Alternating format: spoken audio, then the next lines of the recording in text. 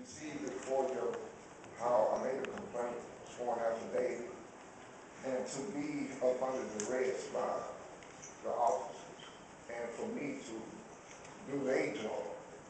Uh, Now for no one to be charged in this case is like frivolous. I'm appalled, because of that.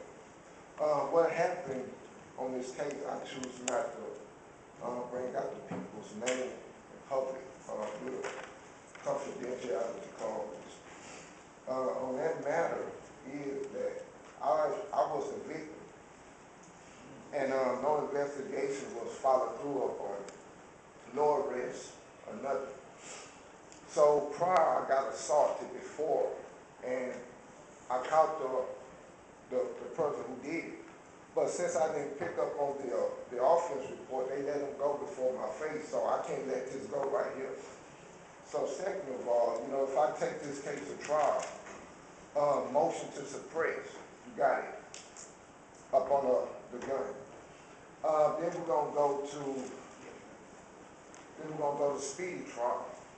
Then we're gonna go with the exculpatory act of discrediting the woman, in the offense of the report. So basically, I'm the wolf, supposed to be turned sheep now.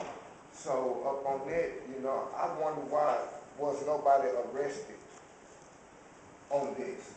Because, the law, God gives you the right to judge. So why did the DA judge rightly off of in this case?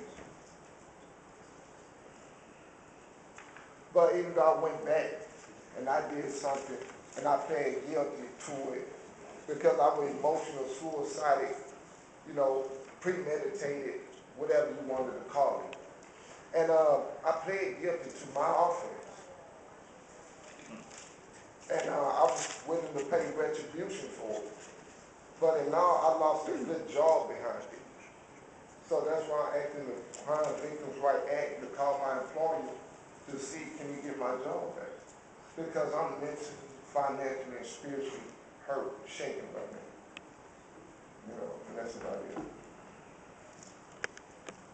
I'm afraid I had a little trouble following your story, but you did helpfully provide us with your witness statement and a little more background information, which I appreciate. Councilman Green? Thank you, Mayor.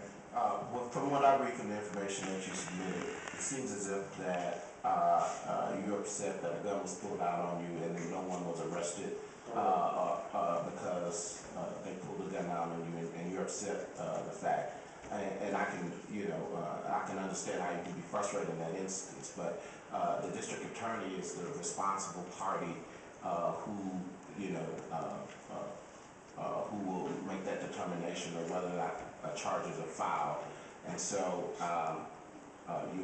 the city of Houston doesn't have jurisdiction over when, they accept a case or when they file charges as opposed to when they don't.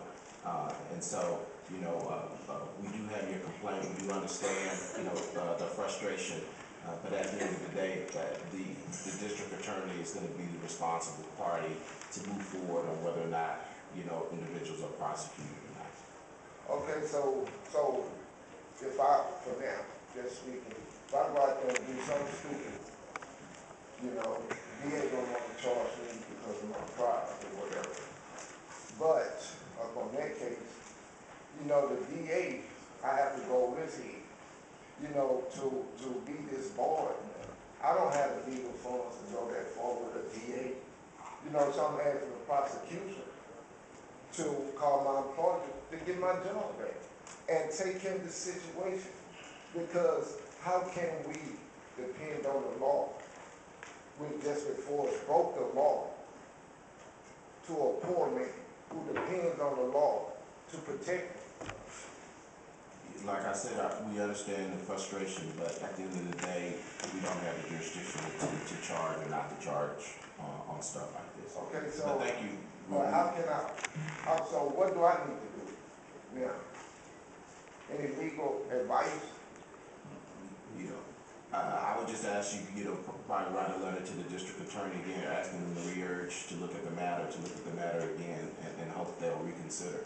Okay, I went to the city of Houston on trackers, and they gave me this Texas Crown Vic.